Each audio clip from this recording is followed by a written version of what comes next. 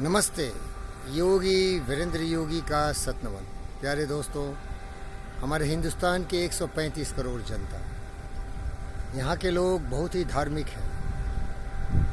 अपने अपने इष्ट देवों में इनकी असीम आस्था और विश्वास है। और विश्वास बहुत बड़ी चीज़ होती है।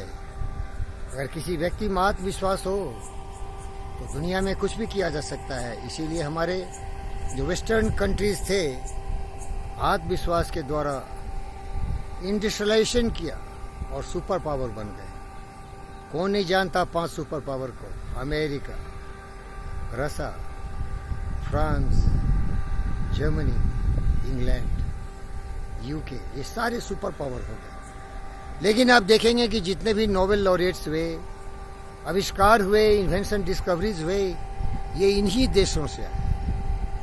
तो इनकी आस्था विश्वास प्रकृति के रहस्यों को समझने में थी और उसका प्रयोग करके इन्होंने क्या नहीं बनाया, बहुत कुछ बनाया। आज जो हम समय और दूरी पर विजय प्राप्त किए हैं, इनमें सारा योगदान इन वेस्टर्न कंट्रीज के लोगों को है और उनको मैं सैल्यूट करता हूँ। हिंदुस्तान में क्या हुआ, भारतवर्ष में क्या हुआ? प्राचीन काल में भारत हर क्षेत्र में दुनिया का विश्व गुरु था।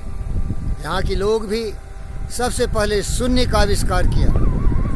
इन्होंने चरक जैसे महापुरुष, आर्यभट्ट जैसे महापुरुष, चाणक्य जैसे महापुरुष पैदा किए जो दुनिया को ज्ञान दिया।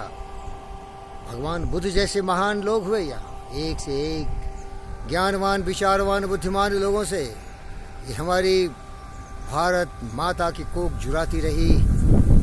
हमारे जो वेस्टर्न कंट्रीज थे, दिन दुगुनी रात चौगुनी तरक्की करते हुए विज्ञान का सहारा लिया और दुनिया को सर्वशक्तिमान के रूप में अपने आप को प्रकट किया।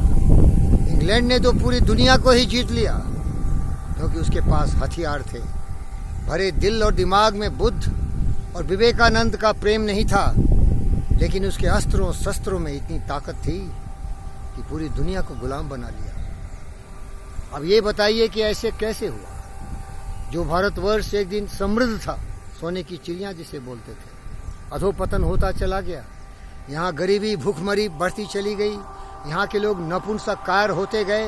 जो विदेशी ताकतें, लुटेरे, डाकू, बदमाश, शैतान यहाँ आए तो ये घुटने टेक दिए और जो चंद हमारे कुछ वीर योद्धा थे जिसे क्षत्रिय बोलते थे, वो अकेले लड़े और संग्राम में शहीद हो गए। ये हिंदुस्तान की विघटनकारी विचारों का ही परिणाम था।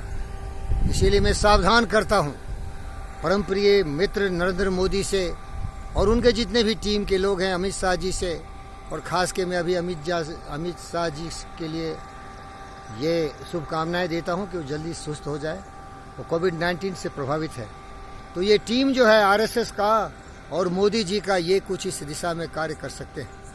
लेकिन मुझे थोड़ा सा ये बताना पड़ेगा कि आप ये देख लो कि हिंदुस्तान की जितने भी नागरिक हैं 135 करोड़, वो प्रोडक्टिव हो, क्रिएटिव हो, विजनरी हो, ज्ञानवान, विचारवान, बुद्धिमान, सर्वशक्तिमान हो और उसमें राम जैसे चरित्र का विकास हो।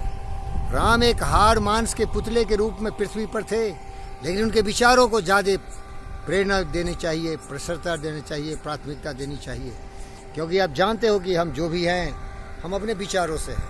अगर हमारे विचार सकारात्मक है, पॉजिटिव है, जैसे सत्य, न्याय, प्रेम, शांति, अहिंसा, दया, करुणा, स्नेह, तो हम विश्व गुरु फिर से बन सकते हैं। लेकिन मैं तो गुरु नहीं बनना चाहता भाई, मैं तो सेवक ही रहना चाहता हूँ। और सेवक ऐसा विवेकानंद जैसा जो पूरी दुनिया में जाके बता दे कि जो हमारी सभ्यता संस्कृति है वो वसुधैव कुटुंबकम आत्मसर्वभूतेषु सर्वभूतेषु सुखने के आधार पर आधारित है।